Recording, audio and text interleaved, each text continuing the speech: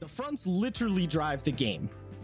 Like, you as a GM What is a front? So, just because I know it as one context, but I want to hear the Apocalypse World. So version. you probably know the context of what it is referencing, which is to say the term comes from a war on multiple fronts. And it is quite literally that. Fronts in Apocalypse World are essentially you as the GM, so you don't start with fronts in the first session. In the first session, Apocalypse World basically tells you, take things slow, get to know the characters, and kind of fuck around a bit. That's how your first session is supposed to generally go. And obviously, you can adjust that in varying degrees. So you'd say you do your first session of Apocalypse World, and the players run into a local gang boss. They learn that there's a sandstorm a couple of miles out that's going to be here in a few days or in a week or something. And also there's an infestation of mutated rats under the city that they live in, right? Let's say they learn those three things in the first session. Each of those would then become a front. Sorry, pause for a second because I heard like a noise, but I think it's just my cat. Each of those would become a front. So you would make a front for the sandstorm, a front for the bandit captain, and a front for the rats. And then you do what's called a countdown clock, which is where it's literally a clock. You go around a circle, and at each stage of the clock, the front in question does a different thing. And you as the GM decide ahead of time kind of what those actions might be. But the way you're supposed to think about it is, because all the fronts have like types and stuff, which I'm not going to get into because that'll like take forever. But fronts have types, and then the types of fronts have certain things that they generally will do, like try to do. They will have I think they call them impulses, I think is how they're phrased, or something, or drives might be. So you'll make a front for the bandit captain, you'll set up a countdown clock, and the way you're supposed to think about the steps of the clock is, what would happen if the players never intervene with this NPC? What will they do? So for example, let's take the bandit captain. If the players never ever go and talk to the bandit captain, this person's goal is they want to conquer the city that the players live in. So the first step on the front is they start gathering troops. The second step on the front is they send out scouting parties to the city. The third step on the front is they start actively putting a barricade around the city. And then steps 4 and 5 would be like attack the city. Step 5 is conquer the city. And that would be the front for the bandit captain. If the players don't do anything, that is what is going to happen. You have declared this is what is going to happen if they don't touch it. Conversely, if you have the rat infestation, you might be like, if the players ignore the rat infestation, people will start to notice food go missing. People start to get sick. A lot more people start dying. The food supply goes bad. A shitload of people die from a rat poisoned infestation.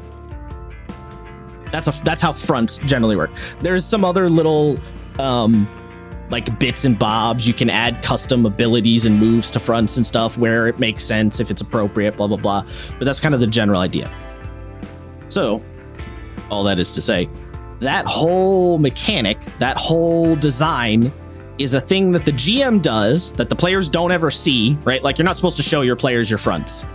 It doesn't, you're supposed to inform the players about the fronts by giving them hints in what's going on. So for example, with the bandit captain, step 2 is someone in the town might inform the players, we've been seeing these weird scouting parties that keep showing up, but we don't know who they are.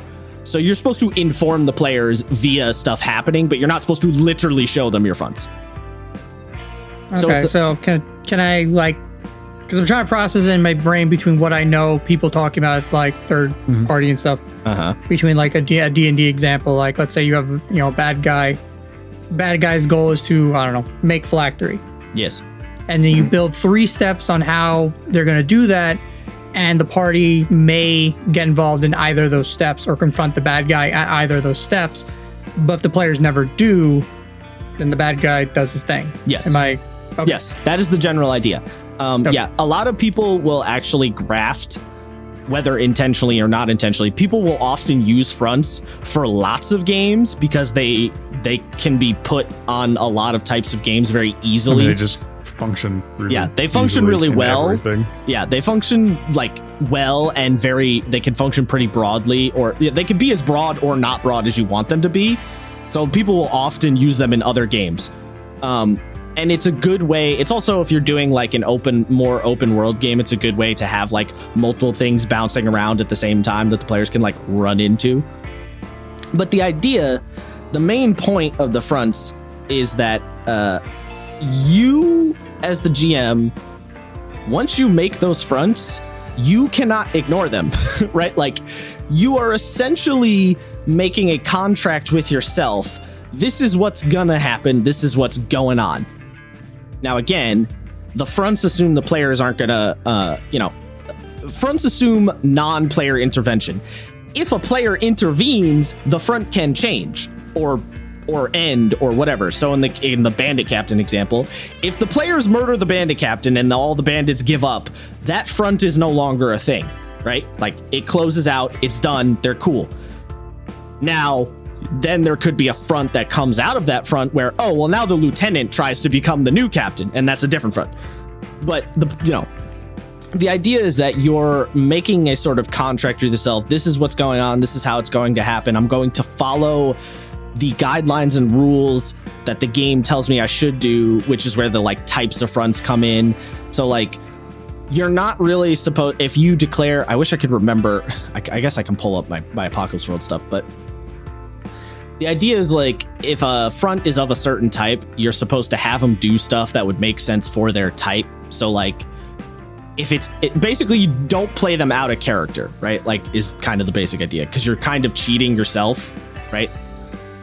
The difference there in all of that shit between something like that and something like, a loot table is, like I said, the loot table and the weather rules, those only come up when they're relevant.